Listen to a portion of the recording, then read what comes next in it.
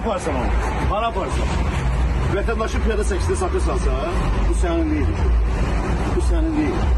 Orada aparma, xahiş edirəm. Belə çeyin. Xahiş edirəm, özün apar. Özün belə qoy, özün apar. Zəhmət olsa özün apar. Apar qaldır qoy, kəlmə elin ona.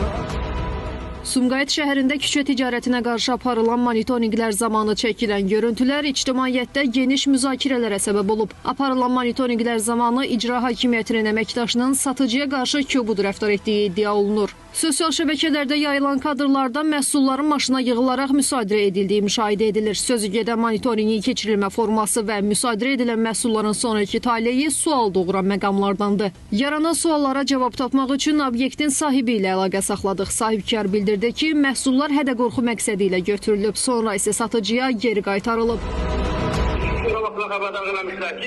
Gəldi sonra satış olmaz da. Bunlar hədə-qorxu kimi gəldi, götürdülər. Sonra da gətirib qaytarılamalı. Bəşmişliyə atdı maşını, sonra gətirib qaytarır. O tək bizdə yox, çox yerdə baxmış olur. Yüklüyür, sonra çəkdən sonra qaytarır. Gedib fırdanı gətirir, qaytarır. Bizim tuşamızın olsa yekədir ki, ilişdir. Sərdə bizim hər şey şəraitimiz var. O şimdi işdən o mallar şurada satmışız, orada sərdə qaytardı, qoyduq yerini.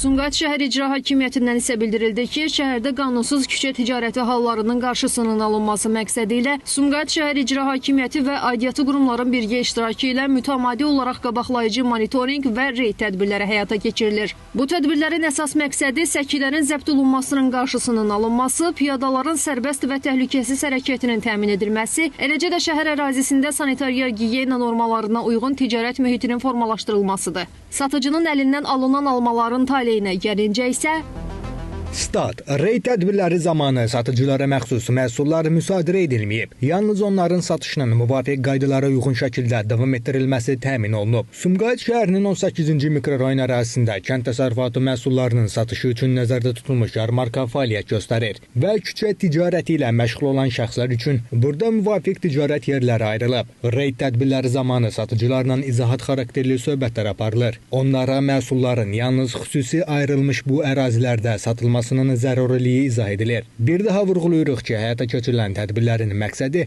cərimələmə və ya cəza tətbiqi deyil, şəhər mühitində qayda-qanunun təmin olunması və vətəndaşlar üçün daha əlverişli, təhlükəsiz və səliqəli ictimai məkanın formalaşdırılmasıdır. Statın sonu. Hüquqşünas Emil Aslanovun sözlərinə görə məhkəmə qərarı olmadan heç bir əmlak müsadirə edilə bilməz. İnzibati Xətalar Məcəlləsinin 454-cü maddədir və küçə ticarətinə məşğul olmağa görə 80 manat cərimə nəzərdə tutulub. Əmlakın müsadirəsi həmin maddə ilə nəzərdə tutulmayıbdır və İnzibati Xətalar Məcəlləsinə uyğun olaraq da əmlakın müsadirəsi yalnız maddənin xüsusi hissəsində olduğu halda məhkəmənin qərarı ilə dövlətin nəfinə keçirilə bilər. Göründüyü kimi, orada dövlətin nəfinə keçirilmədən və ya məhkəmə qərarından söhbət getmədiyinə görə, deməli, əmlak icra hakimiyyəti tərəfindən müsadirə edilə bilməzdir.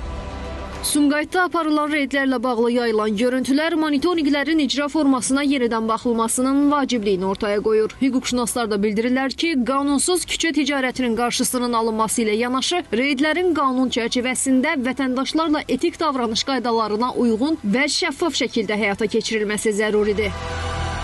Rəbiyyə Əhmədova, APA TV.